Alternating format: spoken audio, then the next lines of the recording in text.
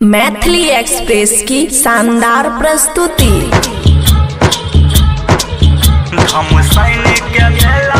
Mix by Kanchan Raj Muzaffarpur.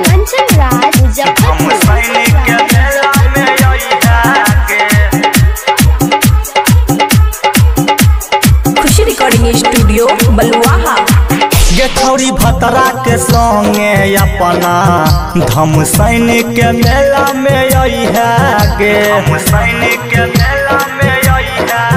छौरी भतरा के संगे अपना धम सैनिक के मेला में आई है गे।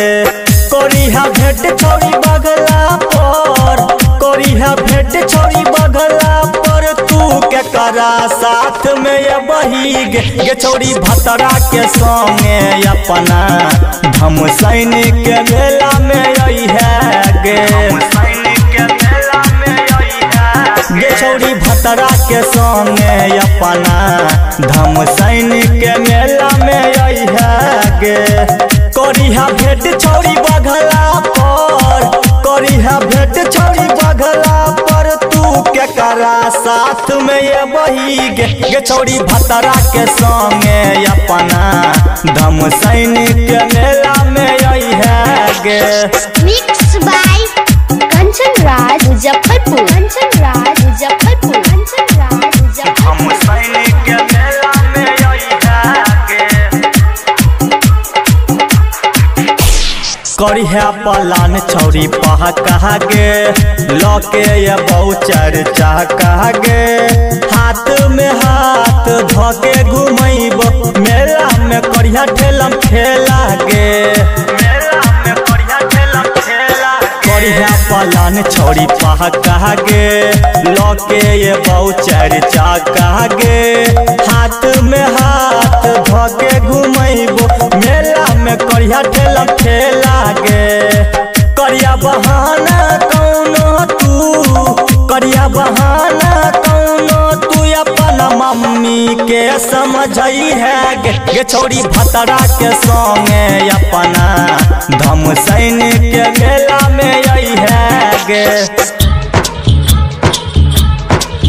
धम सैनिक के मेला में आई है गे।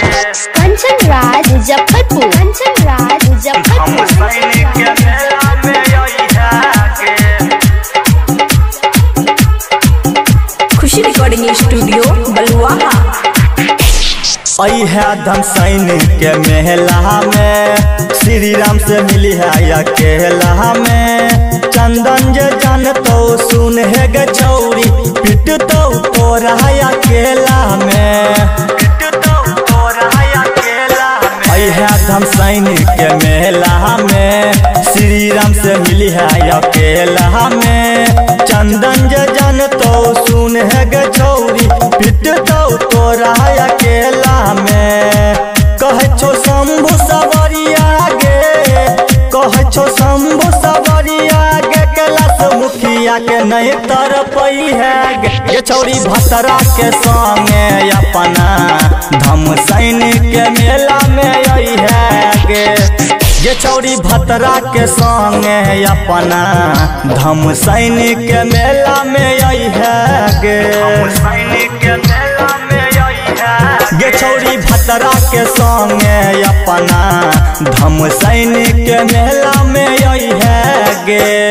करिहा भेंट छौरी बगला पर, करिहा भेंट छौरी बगला पर, तू के करा साथ में ये बही गे छौरी भतरा के संगे अपना धम सैनिक के मेला में आई है गे छौरी भतरा के संगे अपना धम सैनिक के मेला में आई है गे। खुशी रिकॉर्डिंग स्टूडियो बलुआहा।